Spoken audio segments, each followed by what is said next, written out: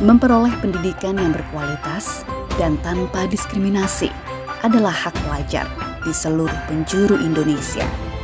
Dengan memberikan akses pendidikan secara adil dan merata, kita bisa memberikan kemerdekaan bagi setiap anak Indonesia untuk mengasah segenap bakat dan potensinya, meraih mimpi dan cita-citanya.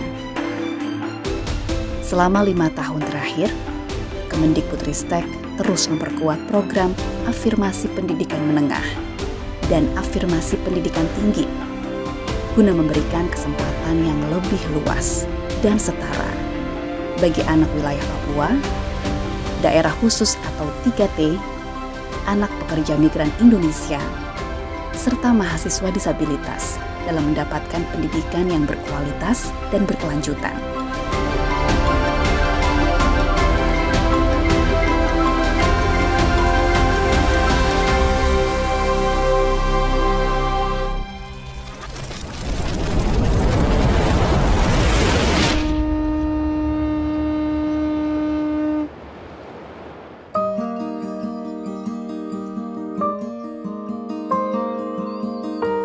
Melalui program afirmasi pendidikan menengah dan afirmasi pendidikan tinggi, Lili yang sempat ragu dengan masa depannya akhirnya berkesempatan melanjutkan pendidikan ke jenjang yang lebih tinggi dan terus bersemangat mewujudkan cita-citanya.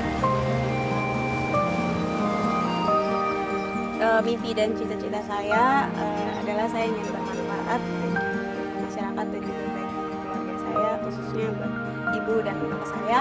Kemudian untuk cita-cita saya sendiri, saya ingin menjadi seorang perawat yang kompeten. Sekolah kan juga harus ada uang gitu. Saat itu kan posisinya mama dan bapak juga sudah pisah, terus kayak dapat beasiswa tuh kayak berkat gitu lah. Ya senang. Menurut saya untuk berpendidikan tidak melihat gender, umur atau ras, semua orang berhak untuk berpendidikan. Karena pendidikan itu tujuannya adalah untuk mengubah perilaku kita menjadi lebih baik. Jadi setiap orang, siapapun dia, berhak untuk berpendidikan. Program afirmasi pendidikan menengah dan afirmasi pendidikan tinggi merupakan bagian penting dalam peta jalan menuju Indonesia Emas 2045. Saat ini, belasan ribu pelajar yang berasal dari wilayah Papua dan daerah khusus lainnya telah memperoleh haknya untuk belajar dengan lebih aman, nyaman, dan menyenangkan. Untuk program ADEM sendiri, saat itu saya lulus SMP, ada kepala sekolah yang langsung datang ke rumah bilang sama bapak, bapak ini anaknya mau dapat beasiswa atau tidak, ditawarkan untuk sekolah SMA di luar Papua.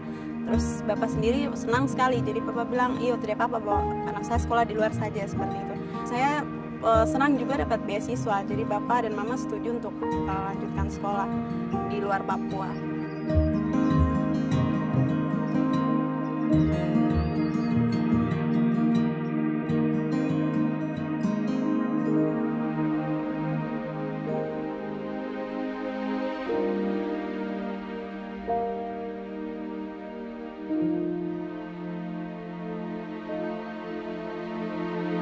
Pertama kali datang memang agak ragu juga untuk komunikasi dengan teman-teman yang beda budaya, beda kita punya cara bicara. Apalagi waktu SMA tuh kan masih pakai bahasa Jawa ya Kak, apalagi di Madiun. Saat itu sempat takut juga untuk berteman, tapi saya memotivasi diri untuk mendekatkan diri sama teman-teman, membangun komunikasi, beradaptasi dengan teman-teman yang baru, lingkungan yang baru.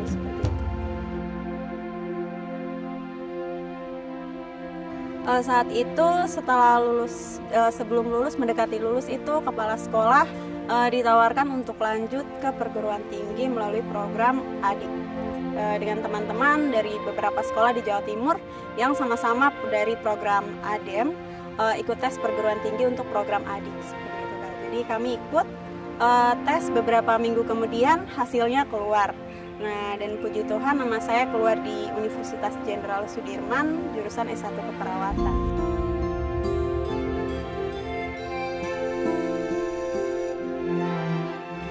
motivasi saya untuk melanjutkan program yang lebih tinggi adalah saya ingin mencapai cita-cita saya. Yang pertama, yang kedua adalah saya ingin membahagiakan keluarga saya, khususnya orang tua saya. Jurusan keperawatan yang saya ambil itu karena dari kecil memang saya bercita-cita menjadi perawat.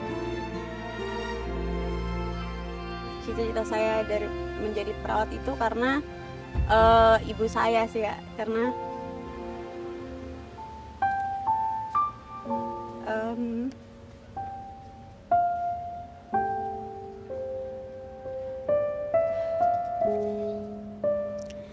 kan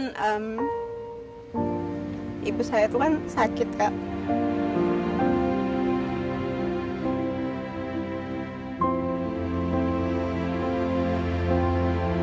Kaki sebelahnya itu dia memiliki keterbatasan untuk berjalan, jadi sulit untuk berjalan.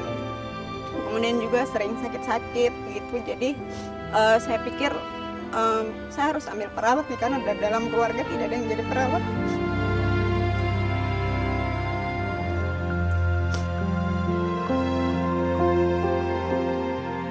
Dasar pertama itu saya juga ingin sekolah pertama. Dari Wamena sana saya sudah putusan dari SMP. Karena saya ingin sekolah, tetapi orang tua di sana paksa kawin. Dasarnya itu saya mau ingin sekolah, tapi saya terjadi seperti ini. Saya punya anak-anak ini harus sekolah, saya tidak mau seperti saya lah, buat lagi tidak boleh. Anak-anak saya harus sekolah seperti itu.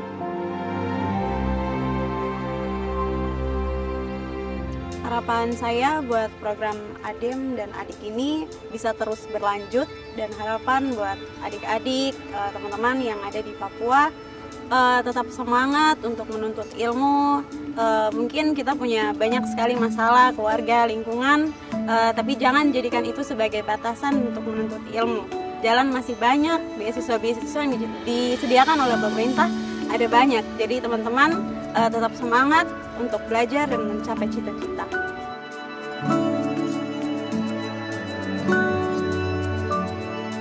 Cerita Lili serta anak-anak wilayah Papua dan daerah khusus lainnya adalah gambaran dari semangat setiap anak Indonesia dalam meraih mimpi dan cita-cita.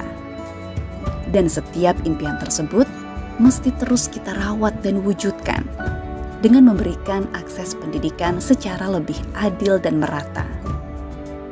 Dengan semangat merdeka belajar, mari kita terus bergerak melahirkan sumber daya manusia unggul untuk Indonesia emas di masa depan.